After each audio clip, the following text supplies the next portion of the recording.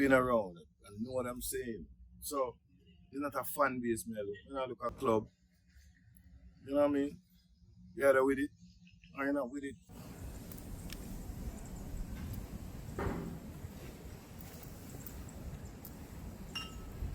Here's to the story. Big up the odds. Big up to the pub. I made a decision that I was never going to talk about things that were necessarily topical right then and there and in the currency of news and current affairs. But you'll understand exactly. I've spoken about this for years and I will not give up on it. Some of these concurrent sentences in cases cannot work. Why don't we have consecutive sentencing as a common thing? How exactly a father admit that he have sex with his own daughter and his stepdaughter, carry her to friends, invite other people to have sex with the two of them, and he's having sex with them for years, and by the time the sentencing done and him get about 100 years, 200 years, him end up with 33 years because the sentence concurrent. Are you serious? You know, I tell myself I'm not going to cuss, so I'm not going to cuss. It's fuckery. But I'm saying, how exactly do we look at people who are committing crimes, these kinds of crimes especially, and decide a man can do 33 years in a prison? Really?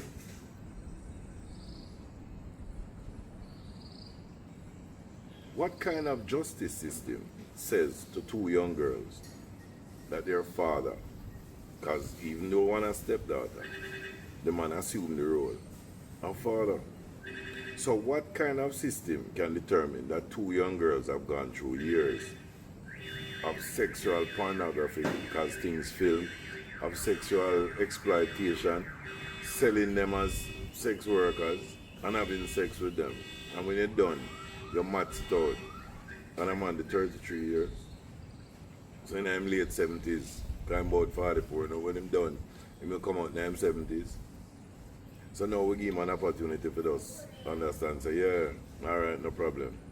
And of course, because of the sensitive nature of these cases, you really can't put out a man's face, because then you're going to reveal to a lot of people exactly who the children are. So what about the fact that a lot of people already know who these children are? So this man, or men like this, now have the luxury of hiding behind the shroud of secrecy while committing these acts, getting 33 years. And I promise you, all him have to do is get up one day and claim, say, boy, you want to see him have a heart problem. And chances are, in 20 years, him out. You never know. Why would you not be able to settle men who are out there putting gunshot in a 75-year-old woman and a kill a 9-month-old child? Why would you not be able to sit down and calculate 5 different counts, and on these 5 different counts, them end up a get 140 years and eligible for parole after 100 years? You think boy out a road, walk street and go find any old retired bad man, go find any old coot out there? You know, one of the most dreadful thoughts them keep, for know say them reach in a prison and there is no possibility of ever coming a road. You see this 10 year and 5 year and 7 year and 13 year and 15 year. Them things in a budge, man. Certainly not in Jamaica. No matter how you hear of prison, bro, prison tough and prison wicked, it not budge them. It not change enough of them. The years go by easily. Just picture how you did in high school at 15. And know the school could have never done, and before you know it, you work at 25. You see how quick time pass? You think 10 and 15 year budge them boy there? Me I say to you, you have to look at the bigger picture. The justice system needs to revamp. The court system have to revamp. We can't simply be deciding that, all right, we find ways to make cases try quicker. We find ways to make man plead guilty and get lesser sentence. We find ways to expedite matters as best as possible. But what happened to the people them who all when them children they reach 45, them are 15, 16 now, all when them reach 45, 50, you ever think what happened to them? Just think about it. In the next 33 years, you think automatically the two of them just clean and clear and life is good? You think so? When them community know, when all youth at school know, especially in this particular case, when people can haunt them for the next 100 years, when them can't afford the kind of therapy that whole heap of we can go sit down and talk about, oh, I could lay down on the leather couch and talk about, oh, when I was a child, these things happened to me. You know much of them are going to carry out the dysfunction while some guy are going to sit down in a prison and go make a friend. Probably a boyfriend. Probably a boyfriend or two. And you know the worst part?